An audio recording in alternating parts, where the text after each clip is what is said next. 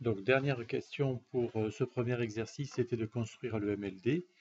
Donc, nous allons voir comment nous pouvons construire le modèle logique des données de cette agence immobilière.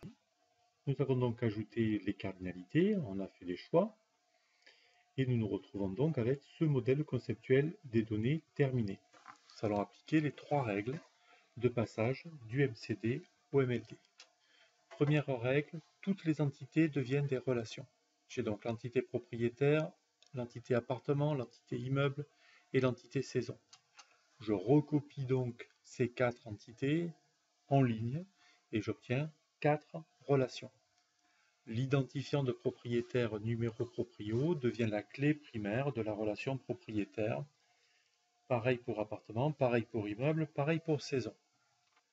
La règle de gestion numéro 2 consiste à chercher les associations qui ont une cardinalité maximum égale à 1 et ça va enclencher, générer ce qu'on appelle un transfert de clés. Donc premièrement, je cherche les cardinalités maximum égale à 1. J'en trouve une ici, autour de l'association appartenir, il y a bien un 1 du côté de appartement. Ce qui veut donc dire qu'il va y avoir un transfert de clés de propriétaire vers appartement. C'est-à-dire qu'en fait, la clé de la relation propriétaire, c'est-à-dire num proprio, va venir dans la relation appartement. Ça va s'écrire comme ça. Dièse num proprio. Dièse pour signifier que c'est bien une clé étrangère. J'ai traité l'association appartenir, je n'y reviendrai pas par la suite. Je continue à chercher les cardinalités maximum égale à 1. Il y en a une autre qui est ici. Ça veut donc dire que numéro immeuble va venir dans l'appartement. Il va y avoir un transfert de clé. La clé primaire numéro immeuble de l'immeuble va venir dans l'appartement pour se transformer en clé étrangère. Et donc je vais l'écrire dièse numéro immeuble. Le transfert se fait vers le 1. Et j'ai traité l'association située, je n'y reviendrai pas.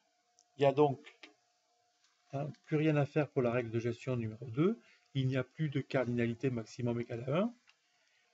Je regarde s'il y a d'autres associations qui n'ont pas été traitées. C'est le cas. Tarif n'a pas été traité. Donc je vais appliquer la règle de gestion numéro 3.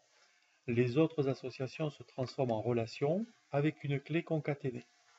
Ce qui veut donc dire que tarif va devenir une relation et la clé de tarif va être la concaténation de la clé de appartement et de saison.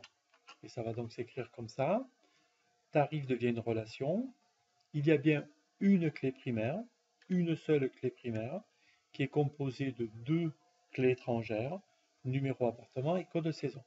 Donc, numéro appartement et code saison, c'est souligné d'un seul trait pour montrer qu'il y a bien une seule clé primaire. Et numéro appartement est précédé du dièse, code saison est précédé du dièse, pour montrer que ce sont tous les deux des clés étrangères. Dans mon association tarif, il y avait une propriété portée qui était tarif hebdomadaire, tarif hebdo. Il y a donc un attribut dans la relation tarif qui est tarif hebdo. Voilà, je suis passé du MCD au MLD, et donc propriétaire, appartement, immeuble, saison et tarif sont les relations du modèle logique des données.